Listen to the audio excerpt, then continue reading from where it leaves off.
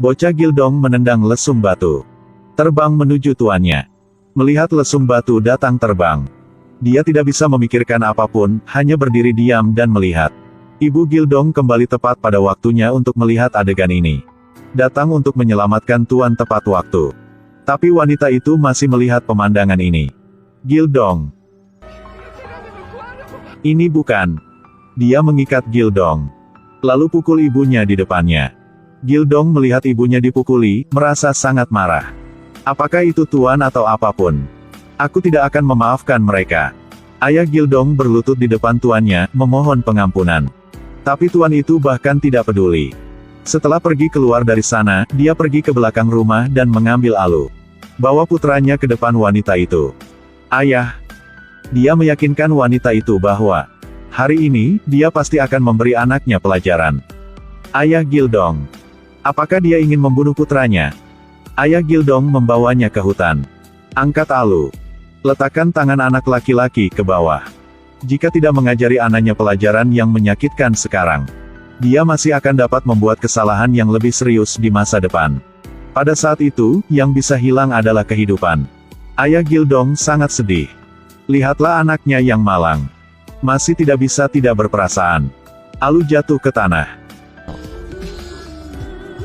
Sang ayah bertanya kepada putranya mengapa dia tidak melarikan diri. Gildong berkata ayahnya tidak akan menyakitinya. Dia tidak khawatir sama sekali. Lalu kenapa kamu menangis? Dia menangis karena dia sangat sedih. Ada air mata di mata ayahnya. Tentu saja dia akan patah hati, jadi dia juga menangis bersama ayahnya. Seorang anak yang mengerti kebenaran membuat ayahnya semakin mencintainya. Ayah Gildong datang untuk meminta maaf kepada wanita dan orang tua itu. Dia tidak dapat mematahkan lengan putranya. Tapi mereka bisa membiarkannya keluar tinggal. Orang tua itu mengatakannya, dia tidak salah. Dia harus berlutut dan memohon padanya untuk memaafkannya. Itu betul sekali. Tapi sebaliknya, dia mengajukan permintaan. Itu tidak masuk akal. Ayah Gildong berkata apakah mereka ada banyak ikan di gundang. Ini semua akan membusuk. Dia mau mereka mengizinkan dia membawa 10 kotak ke ibu kota untuk dijual. Dia dapat menukarnya dan membawa 14 kain kembali pulang. Orang tua dan istrinya tidak percaya. Karena di Korea, ikan adalah makanan biasa. Tapi kain sangat berharga. Tetapi mereka masih mengizinkannya keluar dan melakukan bisnis selama beberapa bulan. Sebelum pergi, dia membawa Gildong ke warung anggur. Makan, minum, dan berbicara dengannya. Dan menyuruh Gildong untuk tidak menggunakan kekuatannya di masa depan. Sebelum dia kembali, jangan melawan keluarga bangsawan itu. Kalau tidak, orang tua dan saudara laki-lakinya akan dibunuh oleh mereka. Gildong mengangguk ketakutan. Pagi-pagi keesokan harinya, agar anaknya tidak perlu khawatir. Sang ayah memutuskan untuk pergi sebelum fajar. Kali ini turun gunung, dia punya tanggung jawab yang besar. Nasib istri dan anak-anaknya sepenuhnya tergantung padanya. Begitu sampai di kaki gunung. Di belakang terdengar tangisan nostalgia dua putra. Ayah. Ketika ayah kembali, ingatlah untuk membeli kue madu. Baik. Anak tertua membungkuk kepada dan mengucapkan selamat tinggal kepada ayahnya. Dua putra sopan yang membuatnya sangat mencintai. Segera dia memasuki kota. Dan rasakan suasana ramai dan bebas di sini. Tapi dia ingin menjual semua ikan di tangannya. Lebih susah daripada masuk surga. Duduk di puncak gunung. Menunggu kepulangan ayah. Kakak membawa setumpuk kayu bakar untuk menemukan saudaranya. Ayah sudah pergi. Kalian berdua harus menggantikan ayahnya untuk melakukan pekerjaan terberat. Letakkan saja kayu bakarnya. Segera bergegas ke tempat yang tuan muda sedang belajar. Tuan muda sedang belajar di sana. Dan anak-anak pelayan tidak diperbolehkan belajar. Hanya bisa di samping melakukan tugas. Tapi tetap mendengarkan untuk belajar banyak pengetahuan. Gil Hyun melihat tuan muda salah menulis kata. Dia hanya bisa menghela nafas atas nama tuan muda. Apa yang guru lihat itu tidak benar. Tanyakan padanya apakah dia menemukan tuan muda itu salah menulis kata itu. Iya. Bilang. Gil Hyun harus menunjukkan kata yang salah. Tuan muda itu marah dan menggigit giginya. Guru memegang cambuk, bersiap untuk menghukum. Gil Hyun segera berjalan ke arah guru. Tarik celananya. Guru memukulkan dia sangat kuat. Gil-hyun kesakitan dan ingin menangis tapi tidak berani mengeluarkan suara. Adik laki-laki itu menyaksikannya menderita hukuman, patah hati dan meneteskan air mata. Pada zaman feodal, jika tuan muda membuat kesalahan, pelayan akan dihukum sebagai gantinya. Setiap hari, kedua bersaudara itu menantikan kembalinya ayah mereka. Dengan begitu tidak akan kesulitan lagi. Keesokan harinya, anak-anak pergi ke sungai untuk berlatih melempar batu. Mempersiapkan kompetisi untuk anak-anak. Tuan muda menegur mereka.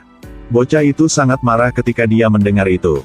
Minta saudara-saudara Gildong untuk melempar batu dengannya. Pada tuan muda itu. Sayangnya, kekuatan lemparnya tidak cukup kuat. Dan ini terlalu mudah dengan kemampuan luar biasa Gildong. Tapi dia tiba-tiba teringat apa yang ayahnya katakan padanya. Jadi dia melempar batu ke tanah. Bocah besar di sebelahnya menggunakan yang terbaik. Lempar batu ke tuan muda. Buat dia menangis. Anak-anak di sini diam-diam senang. Kamu melakukannya dengan baik.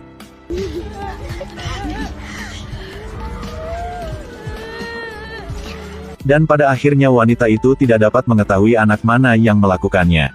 Anak-anak melihat sepatu besar di halaman. Apakah ada seseorang yang memakai sepatu seukuran ayahku? Ayah. Ternyata sang ayah telah kembali. Gildong sangat senang sehingga dia berlari untuk memeluk ayahnya. Ayah akhirnya kembali padanya. Apakah kamu menjalani kehidupan yang baik? Iya. Ayah. Ayah kembali.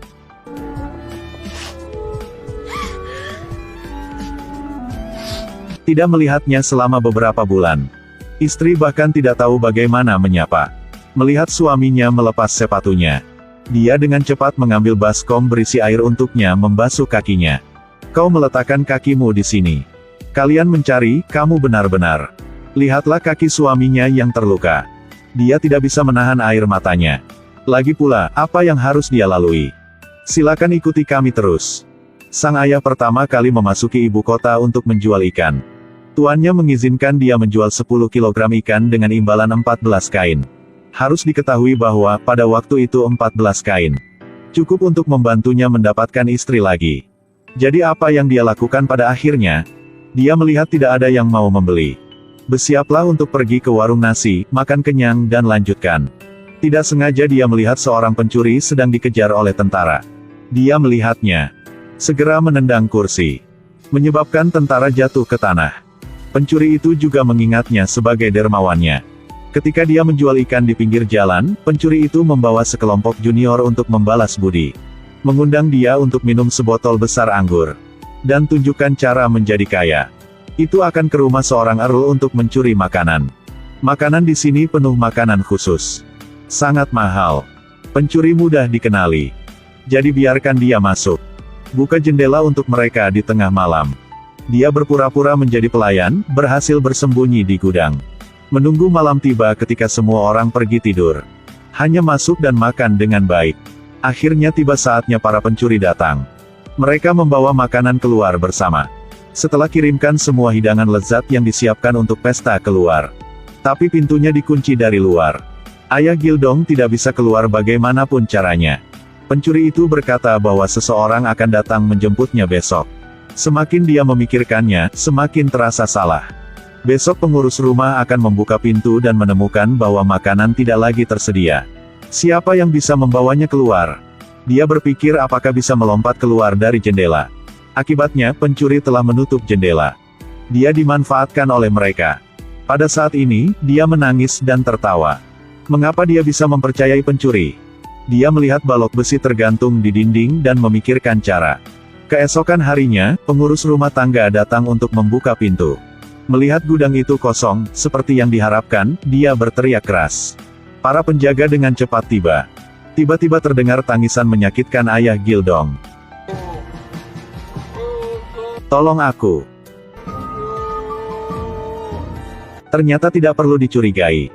Dia mengalahkan dirinya sendiri. Dia benar-benar memukul dirinya sendiri terlalu keras. Dia berbohong itu. Saat dia sedang membersihkan. Melihat sekelompok pencuri mencuri makanan, mereka memukulinya. Dan juga menggambarkan potret pencuri. Prajurit dengan cepat menangkap orang yang sama di jalan. Tapi ada banyak tersangka. Ingin membiarkan prajurit memeriksa setiap orang. Pencuri itu buru-buru mengupas tahi lalatnya. Tapi ayah Gildong tidak bisa melupakannya. Dia berdiri depan pencuri. Orang ini. Apakah itu dia? Orang ini benar-benar. Betulkah? Bukan dia. Bukankah dia benar-benar? Ayah Gildong tidak meningkapkannya. Pencuri itu merasa sangat terkejut. Di malam hari, pencuri sedang kencing di sudut tembok. Ayah Gildong mengancamnya dengan pisau. Dia harus dengan patuh mengembalikan sebagian besar makanannya. Tapi pencuri itu juga merasa hormat pada ayah Gildong. Dia kembali untuk melapor ke tuannya. Dia hanya membawa kembali 2 kain. Wanita itu berpikir bahwa dia tahu bahwa dia tidak akan bisa melakukannya. Tapi kata ayah Gildong, tapi masih ada kain sutra lain. Saat dibuka, wanita itu menatapnya dengan heran. Sepertinya wanita ini belum pernah melihat benda berharga seperti itu sebelumnya. Geser perlahan ke depan dan ke belakang. Orang tua ini melihat istrinya bahagia, dan hatinya juga sangat bahagia. Benar saja, dia setuju untuk membiarkan ayah Gildong membawa istri dan anak-anaknya keluar. Juga bantu dia mendapatkan lebih banyak uang. Sejak itu, keluarga Gildong memiliki rumah sendiri. Kedua bersaudara itu juga bisa bebas membaca buku. Setiap makan bisa makan semangkuk besar nasi. Istri tidak lagi terkekang. Bisa makan bersama seluruh keluarga di meja yang sama. Bu, bisakah makan nasi tanpa mengunyah? Sang ayah ingin Gildong mendekati kelas atas. Hanya dengan begitu dia akan dapat mewujudkan potensi penuhnya.